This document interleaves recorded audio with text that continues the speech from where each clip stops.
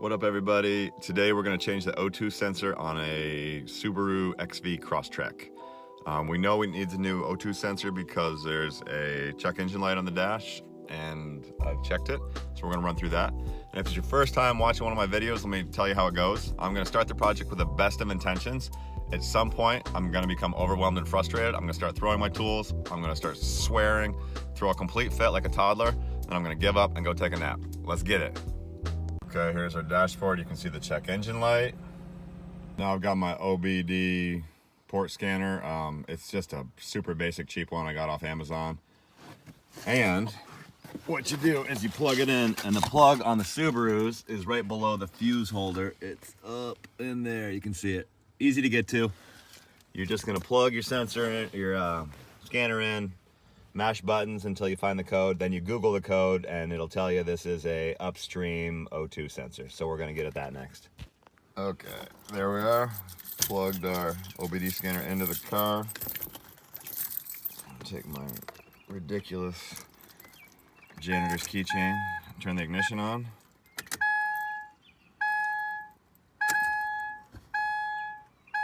I'll press any key, I'll press a key.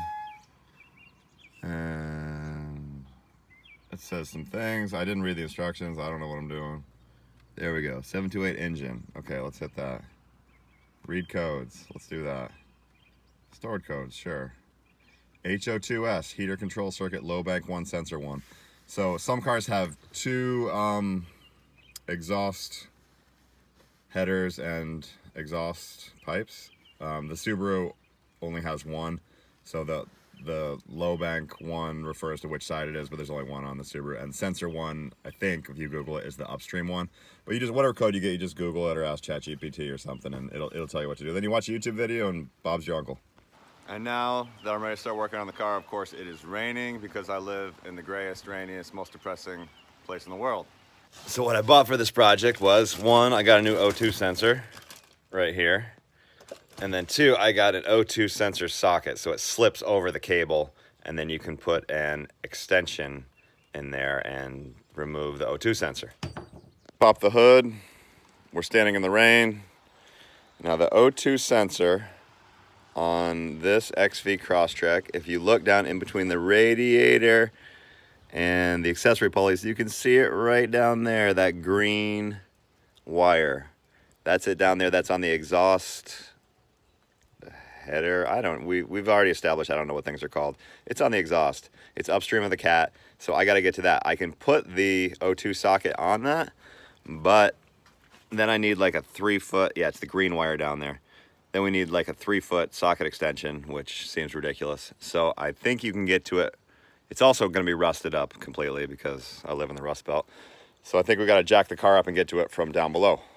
We'll do that next. And then when I'm done working on the car, I need to stack my firewood. There's always something to do. Okay, I've got the car in park. I've got the emergency brake on. I've chalked the rear wheels with firewood, which is an important step.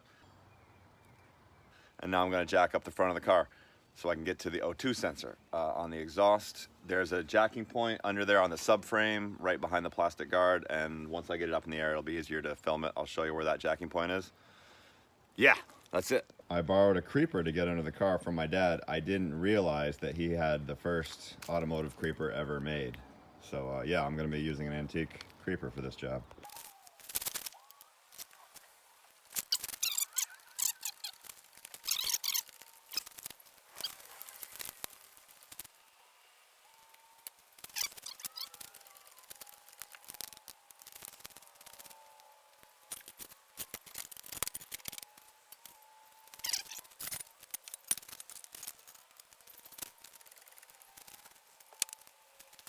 I've got the jack stands in place.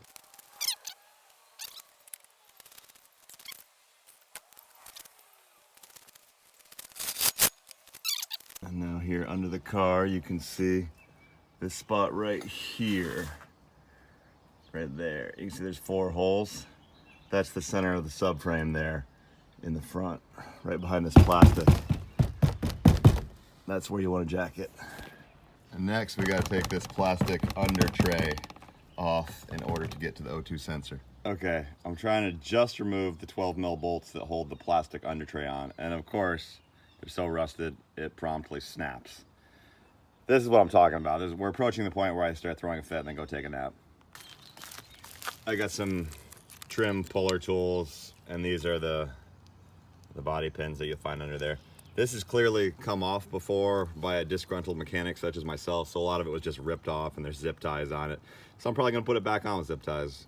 Oh yeah, and then there's a 12 mil, rusty 12 mil bolt that's on the center of the subframe. So get all those out, and then you can start pulling your plastic tray off. See all the dirt coming out of there?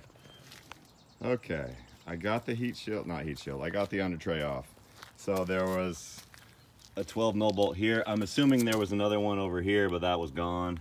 And then there are two 12 mil bolts, one there and one there, back by the subframe. I broke one of them.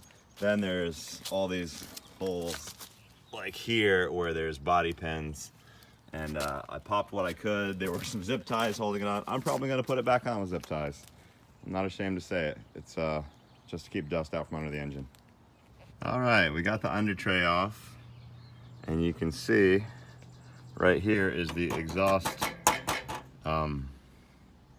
headers, and then the downpipe. There's the cat back there. And you can see the heat shield here is a rusty mess. And you want to know why old Subarus always make a terrible rattling sound? I think it's these heat shields. They rust off and rattle, but they go forever, so that's nice.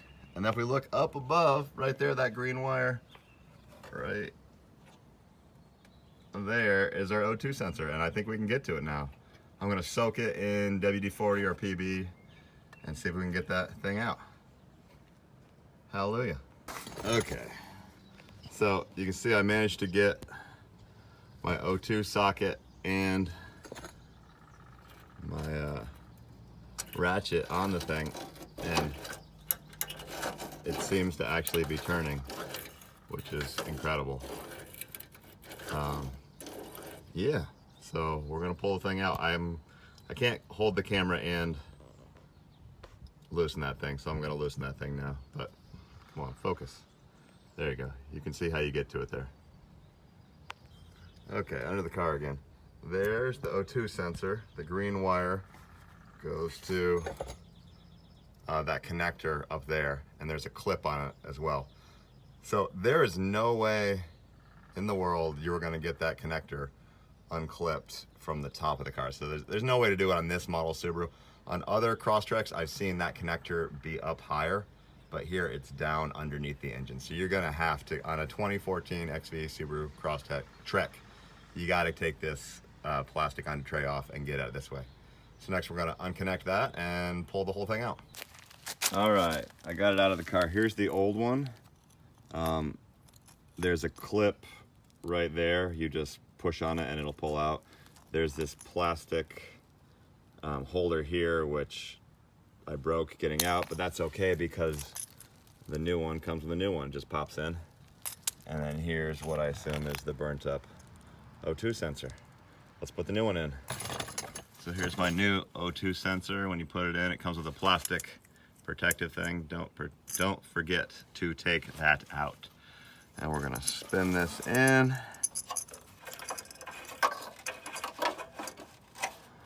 I don't know, this might be easier actually from above now. So I'm having trouble threading it, and I don't want to cross thread it. You can see it down there. To get to it, you need to remove this air intake. So we're gonna do that next.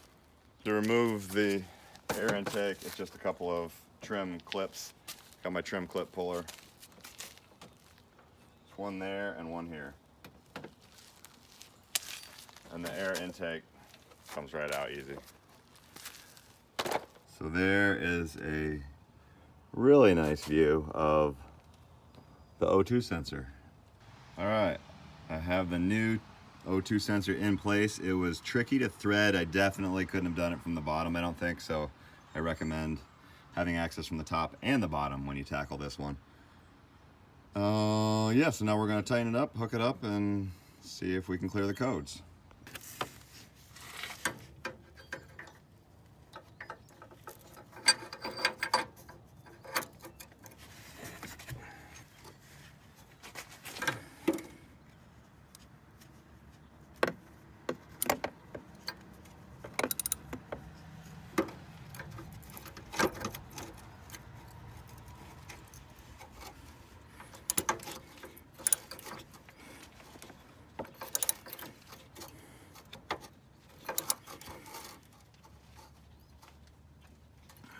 There we go.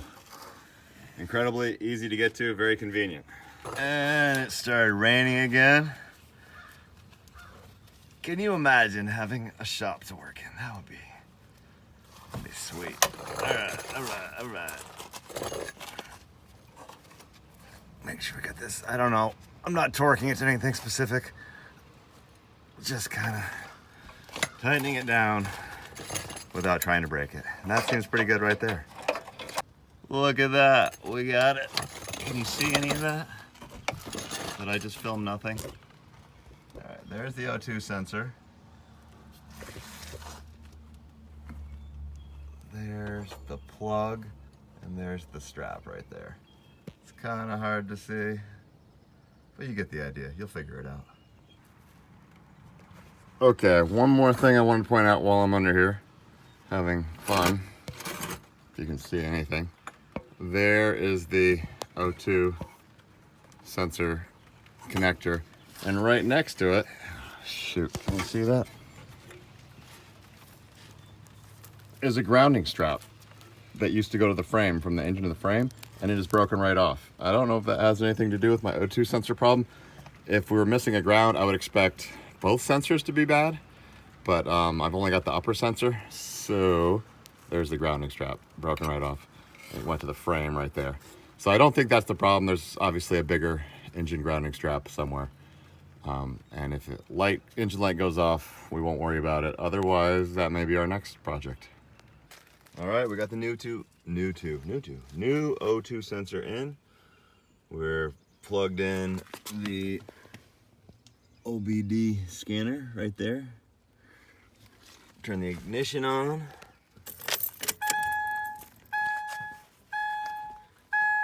Press any key. All right, come here. All right, system status. Engine. Read codes. Stored codes. All right, there's our code. Now we'll go back. Let's do erase codes. Yes, I'm sure. Erase done. So I started the car, and I want everyone to see this beautiful dashboard with no check engine light. We did it. The Subaru is fixed. So it's hard to believe, but it worked. I'm so used to struggling and having complete failure when I do a car project, so it's really nice when something goes right. New O2 sensor, 2014 XV Crosstrek Subaru. Thanks for watching. I'm gonna go take a nap.